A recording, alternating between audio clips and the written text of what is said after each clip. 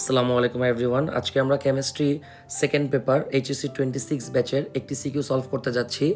এটিও পরিমাণগত রসায়ন থেকে করা। তো এখানে আমরা তিনটা পাত্র দেখতে পাচ্ছি। প্রথম পাত্রে আছে হাইড্রোজেন পারঅক্সাইড, যার আয়তন দেওয়া আছে। সেকেন্ড পাত্রে আছে পটাশিয়াম ডাইক্রোমেট, যার ঘনমাত্রা আর আয়তন দুইটাই দেওয়া আছে। আর এইখানে একটা অভেদ চিহ্ন দেওয়া আছে। এটা দ্বারা বোঝানো হয়েছে যে এ পাত্র বি পাত্র পরস্পরকে প্রশমিত করছে। আর 3 নম্বর পাত্রে সালফিউরিক অ্যাসিড আর 4 গ্রাম লোহা আছে। তো গ নম্বরে বলা হয়েছে এ পাত্রের দ্রবণের ঘনমাত্রা ppm এককে নির্ণয় করো। এখন আসি, এ পাত্রের দ্রবণের ঘনমাত্রা নির্ণয় করার জন্য আমার এ পাত্রের দ্রবণ আর বি পাত্রের দ্রবণের বিক্রিয়াটা আগে দেখাইতে হবে। তো এখন প্রথমে আসি বিক্রিয়াটা কিভাবে দেখাবো। তো বিক্রিয়াটা আমরা চাইলে মুখস্থ দেখাইতে পারি। এখানে মাধ্যম হিসেবে সালফিউরিক অ্যাসিড নিলাম, কারণ অম্লীয় পটাশিয়াম ডাইক্রোমেট বলা হয়েছে। তো এই মুখস্থ জিনিসটা আমি আপনাদেরকে ক্লাসে শিখিয়েছি। তো নর্মালি যেটা করতে হবে, আমাদেরকে আগে প্রোডাক্টগুলো লিখতে হবে। তো পটাশিয়াম ডাইক্রোমেটের পটাশিয়াম থেকে আমরা পাবো পটাশিয়াম সালফেট, ক্রোমিয়াম অংশ থেকে আমরা পাবো ক্রোমিয়াম সালফেট, আর জারকের অক্সিজেন পরিণত হবে পানিতে। 7টা অক্সিজেন, তাই 7 অণু পানি লিখলাম। আর হাইড্রোজেন পারঅক্সাইডের যে অক্সিজেন আয়ন, সেটা অক্সিজেন গ্যাসে পরিণত হবে। এবার আমরা সমতা করব। পটাশিয়াম ডাইক্রোমেটের তুল্য সংখ্যা আমরা জানি 6। এই 6টাকে আমরা মনে মনে এখানে লিখলাম। আর H2O2 এর তুল্য সংখ্যা হচ্ছে 2, এটাকে আমরা মনে মনে এখানে লিখলাম। এখন 6 আর 2 যদি কাটাকাটি করি, তাহলে এটা হবে 3 আর এটা হবে 1। এবার আমি দুইটা সংখ্যাকে এক্সচেঞ্জ করে দিব, অর্থাৎ 3কে বসাবো H2O2-তে আর 1কে বসাবো পটাশিয়াম ডাইক্রোমেটে। এইবার আমি মুখে মুখে বাকি সমতা করে ফেলবো। অর্থাৎ এখানে পটাশিয়াম আছে 2টা, এখানেও 2টা, ক্রোমিয়াম 2টা, ক্রোমিয়াম 2টা, অক্সিজেন 7টা, অক্সিজেন 7টা। এখানে অক্সিজেন আছে 3 দুগুণা 6, আমিও দিয়ে দিলাম 3 দুগুণা 6। হাইড্রোজেন এখানে আছে 7 দুগুণা 14টা, এখানে হাইড্রোজেন আছে 3 দুগুণা 6, আমার 14টা বানাইতে লাগবে আরও 8টা, তো এখানে আমি বসাই দিব 4। সালফেট অটোমেটিক মিলে যাবে, এখানে সালফেট আছে 4টা, এখানে সালফেট আছে 1টা, আর 3টা 4টা। এই বিক্রিয়া থেকে আমরা সহজে বুঝে গেলাম যে পটাশিয়াম ডাইক্রোমেট এর 1 মোল আর H2O2 এর হচ্ছে 3 মোল বিক্রিয়া অংশগ্রহণ করতেছে। এখন আসি, এখন অনেকে বলতে পারি যে এইটা করার জন্য বিক্রিয়াটা দেওয়া ইম্পর্ট্যান্ট কিনা। তো এইটা আসলে বলা যাচ্ছে না।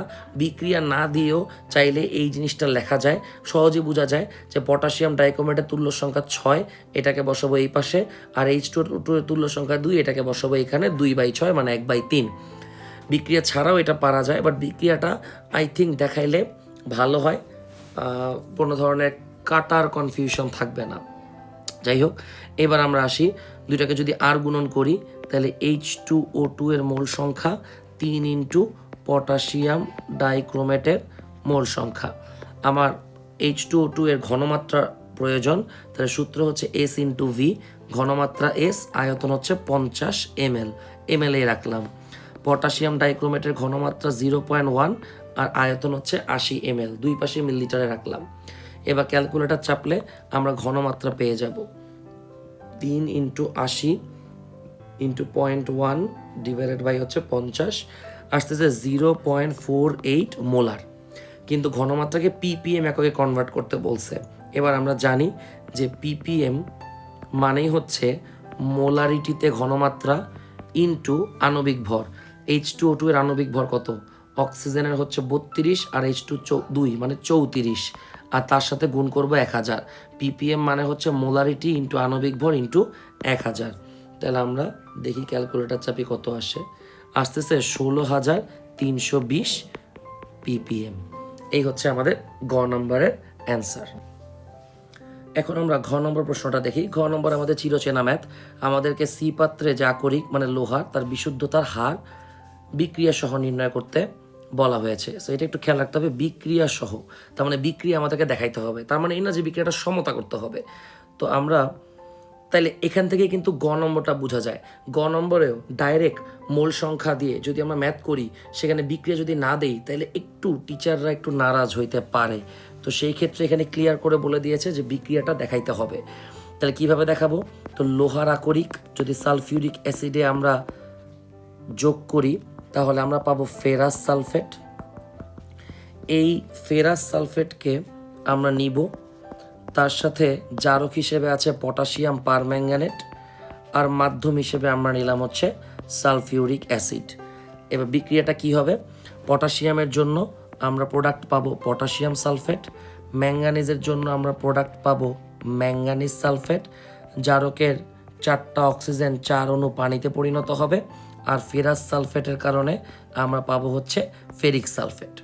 সমতা যদি করি, পটাশিয়াম পারম্যাঙ্গানেটের তুল্য সংখ্যা 5, যেটা আমরা ফেরাস সালফেটকে দিব, ফেরাস সালফেটের তুল্য সংখ্যা 1, এটা আমরা পটাশিয়াম পারম্যাঙ্গানেটকে দিব। এবার মুখে মুখে করি, পটাশিয়াম এখানে আছে 1টা, এখানে 2কে 1 বানাইতে হলে আমি দিব হাফ।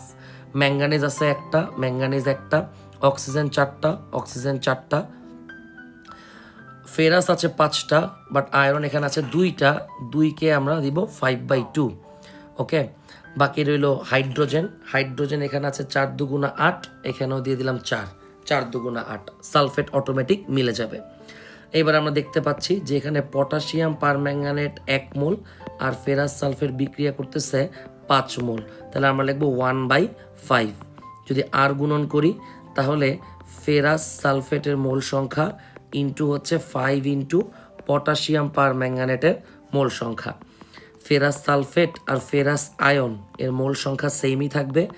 পটাশিয়াম পারম্যাঙ্গানেটের ঘনমাত্রা দিয়ে দিয়েছে 0.1 মোলার, আয়তন দিয়েছে 80 ml, এটাকে আমরা লিটারে কনভার্ট করলাম। এবার দেখি ক্যালকুলেটর চাপলে কত আসে। 5 ইন্টু 0.1 ইন্টু 80 ডিভাইডেড বাই 1000 আসতেছে 0.04 মোল। এবার মোলটাকে আমরা গ্রামে কনভার্ট করব, আর আমরা জানি 1 মোল লোহা মানে 55.85 গ্রাম, তাহলে এটার সাথে আমরা 55.85 গুণ করব। গুণ করলে আসতেছে 2.234 গ্রাম, 2.234 গ্রাম আসবে। এখন আমাদেরকে বলছে বিশুদ্ধতা হার নির্ণয় করতে, অর্থাৎ শতকরা পরিমাণ নির্ণয় করব। শতকরা পরিমাণ কিভাবে নির্ণয় করব? এখানে 4 গ্রামের মধ্যে আমার বিশুদ্ধ হচ্ছে 2.234, 1 গ্রামের মধ্যে কত, 100 গ্রামের মধ্যে কত, তাহলে আমরা আমাদের অ্যাকচুয়াল অ্যান্সার পেয়ে যাব।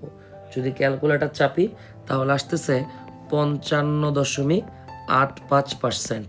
তাহলে এত পার্সেন্ট বিশুদ্ধ। যদি ভেজাল চাইতো তাহলে আমরা 100 থেকে এটাকে মাইনাস করলে 45%-এর মতো ভেজাল পাইতাম। তো আশা করি সবাই বুঝতে পেরেছেন। ধন্যবাদ।